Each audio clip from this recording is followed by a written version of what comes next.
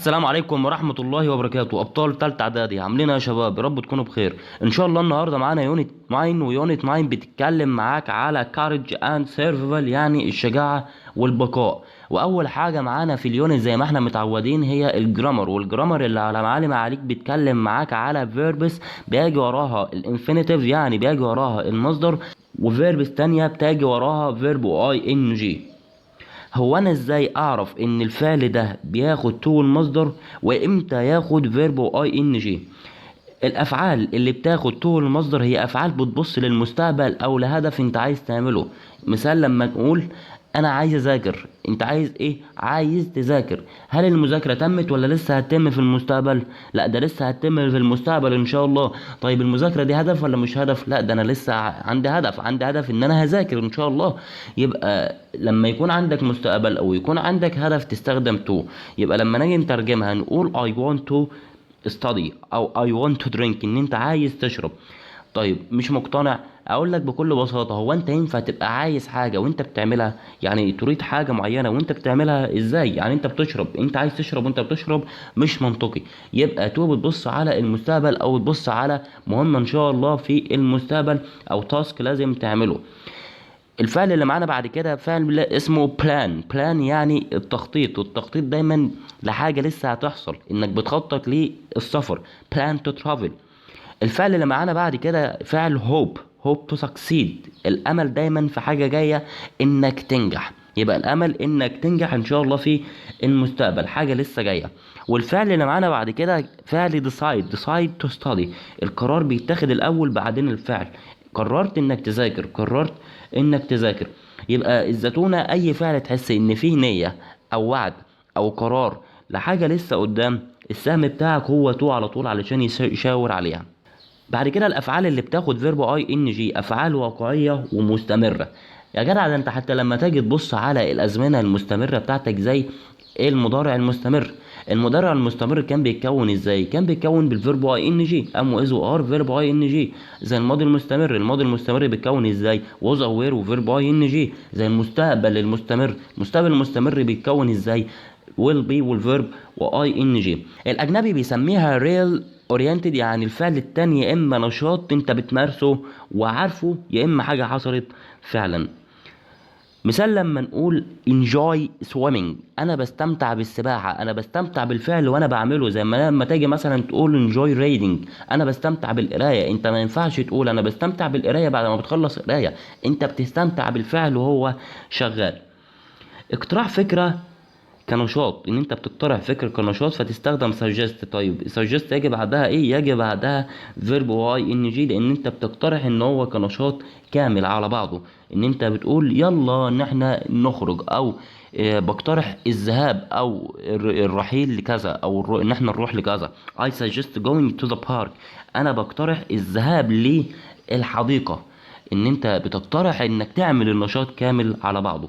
الفعل اللي معانا بعد كده فعل فينيش يعني ينهي، وانت ما ينفعش تنهي حاجه لسه ما بداتهاش. يعني انت بتنهي الحاجه اللي انت اصلا شغال فيها دلوقتي. ففينيش بيجي بعدها فيرب اي ان جي. زي لما تقول I finished eating، انا بنهي الاكل او يعني بنتهي من الاكل.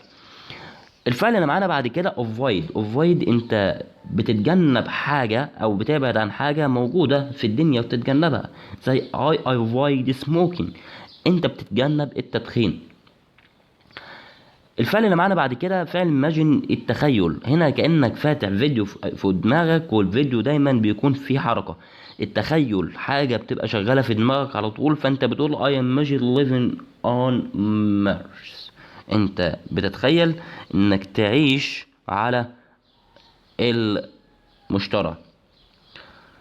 طيب في افعال ساعات بيجي وراها فيرب اي ان جي، ونفس الافعال بيجي وراها تو المصدر.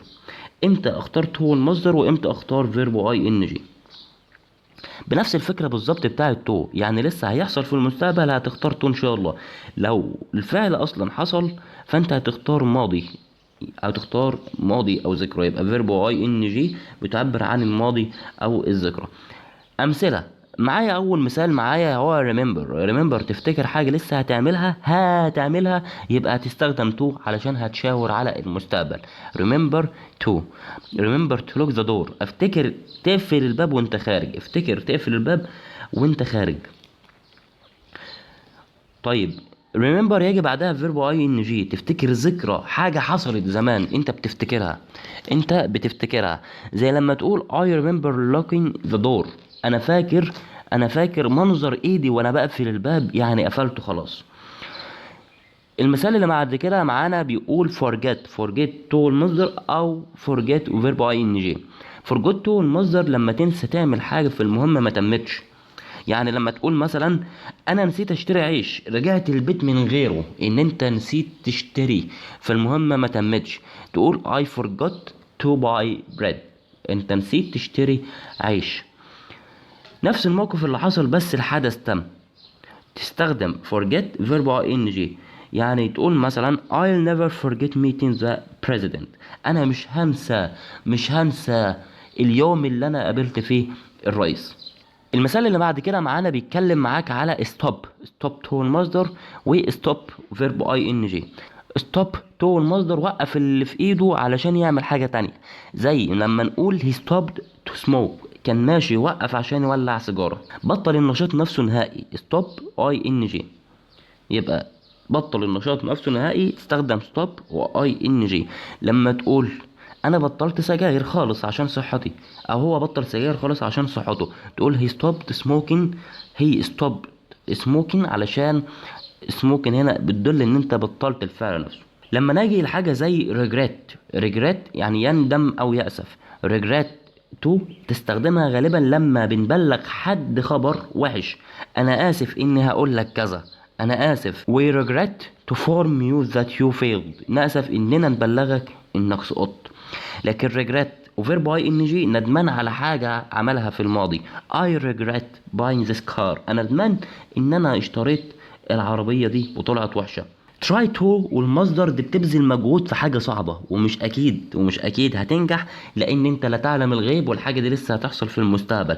try to lift this box، انت بتحاول انك تشيل الصندوق ده لكن انت مش عارف اذا كنت هتقدر ولا لا، حاول ترفع الصندوق التقيل ده. try والفيرب ing دي بتجرب فكرة او طريقة عشان تشوف نتيجتها، الحاجة سهلة بس بنشوف تأثيرها ايه، زي لما نقول مثلا try drink some lemon for your cough، يعني جرب تشرب ليمون علشان الكحة بتاعتك، هتشوفها هتضيع ولا لا. الخلاصة السهم لسه رايح للهدف ومش ضامن يوصل، فانت هتستخدم تو. النشاط كأنه فيلم او تجربة انت بتعملها دلوقتي ومتمكن منها، فانت هتستخدم الفيرب ing. نجي بقى نحل على الجرامر علشان نشوف احنا فهمنا بجد ولا ما فهمناش. اول سؤال بيقول he agreed not come to the party، هو موافق ان هو يجي الحفلة، يبقى هو لسه هيجي، فانت هتحط هنا to والمصدر، فانت هتقول to come. تاني سؤال بيقول I always avoid not make noise، avoid making بتتجنب انك تعمل الدوشة، انت دايما بتتجنب انك تعمل الدوشة، مش لسه هتعمل الدوشة، لا انت بتتجنب حاجة بتحصل دلوقتي، الدوشة حصلت دلوقتي فانت بتتجنبها، فانت هتقول making، هتحط making يعني الفيرب ing. تالت سؤال بيقول he remembered not feel afraid of the glowing eyes، afraid هنا خوف، هو بيفتكر شعوره واحساسه، فانت هتحط remembered والفيرب ing، فهتحط كلمة feeling شعور الخوف. حل بقى بطل السؤال رقم 4 والسؤال رقم 5 في الكومنتس وقول لي ايه رأيك في الشرح، وانت نازل تحت كده اعمل سبسكرايب واعمل لايك ويلا بينا نكمل. بعد كده نروح للسكيلز اللي على معلم عليك، بتتكلم عن شورت ستوري او القصة القصيرة. يعني ايه قصة قصيرة؟ قالك هي حتة خيال صغيرة بتركز على شخصية واحدة رئيسية، والمفروض ان اللي يقرأها يخلصها في قاعدة واحدة، يعني in one sitting. تكوين القصة الاستراكشر بتاع القصة، عشان قصتك تكون مظبوطة لازم تمشي على 3 خطوات مهمين. اول حاجة البداية، بعد كده الوسط، بعد كده الوسط، بعد كده النهاية. البداية اللي هي البيجيننج بتقدم فيها الشخصية وبتقول المكان والزمان فين. الوسط هنا بتبدأ المعمعة، بتعرض المشكلة أو الصراع، البروبلم أو conflict. النهاية إن بتحلل المشكلة دي أو بتطلع منها درس مستفاد lesson. تعال ناخد مثال علشان نفهم. تعال ناخد مثال. معانا قصة sample short story. Last year I went on a journey with my friends to explore the mountains.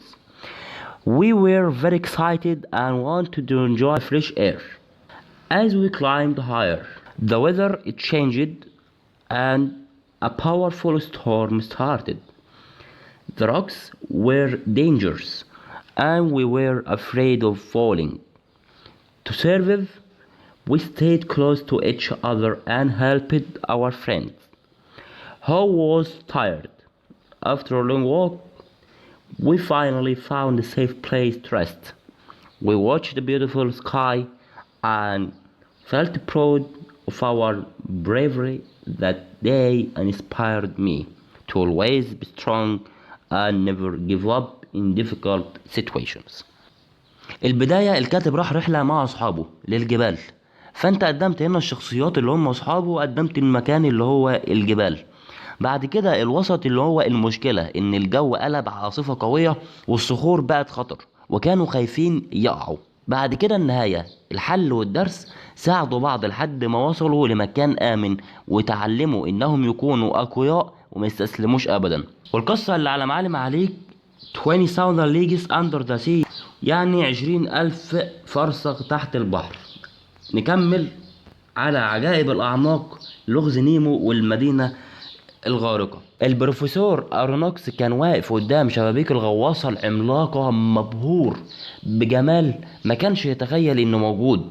كان شايف الشعاب المرجانية كورال ريفز وهي بتنور بألوان تخطف العين، وحواليها حطام سفن قديمة غرقانة في قاع البحر، سي باد، كأنها مقبرة للعالم اللي فوق. فجأة الكابتن نيمو الغامض عزمهم على رحلة غطس. لبسوا بدلات خاصة ونزلوا يمشوا في غابة تحت المية، نباتاتها أغرب من أي حاجة شافوها على الأرض. وهم ماشيين وسط الضلمة بدأت تظهر قدامهم بقايا مدينة غرقانة، سانكين سيتي، بيوت وقصور غطسانة تحت الموج. نيمو شاور بإيده وقال كلمة خلت جسمهم يقشعر. هنا كانت حضارات عظيمة، civilizations، ابتلعتها الأمواج ومساحتها من التاريخ. بينما كان أورنكس مشغول بتسجيل كل معجزة بيشوفها للعلم، كان صاحبه نيد لاند روحه بتتسحب منه. كان حاسس انه مسجون في قفص من دهب تحت المية، وكان نافد الصبر impatient وعايز يرجع لبر الأمان، للحرية اللي فوق الأرض. النهاية الغامضة. ورغم ان نيمو عبقري وعالم ملوش مثيل، الا ان سكوته عن ماضيه ودوافعه الحقيقية كانت مالية قلوبهم قلق وخوف. الغواصة نيوتيولوس مكملة طريقها وبتنزل أعمق وأعمق في لغز المحيط الأزرق، بعيد تماما عن أي شط معروف للبشر. وفجأة الغواصة بدأت تتهز بعنف وصوت إنذار مرعب ملا المكان. يا ترى نيمو واخدنا على فين؟